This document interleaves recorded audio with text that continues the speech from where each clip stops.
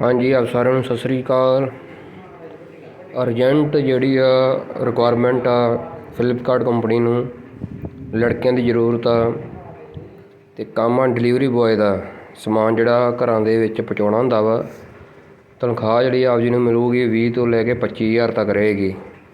ਇਹਦੇ ਵਿੱਚ 8ਵੀਂ ਪਾਸ 10ਵੀਂ ਪਾਸ ਅਤੇ 12ਵੀਂ ਪਾਸ ਜਿਹੜੇ ਆ ਮੁੰਡੇ ਉਹ ਕੰਮ ਕਰ ਸਕਦੇ ਆ। ਉਮਰ ਹੱਦ ਜਿਹੜਾ ਕੰਪਨੀ ਨੇ ਬਹੁਤ ਛੋਟ ਦੇ ਰੱਖੀ ਆ, 18 ਤੋਂ 50 ਸਾਲ ਜਿਹੜਾ ਵਾ ਇਹਦੇ ਵਿੱਚ ਕੰਮ ਕਰ ਸਕਦੇ ਆ। ਲੋਕੇਸ਼ਨ ਜਿਹੜੀ ਆ ਅੰਬੋਰ ਆ।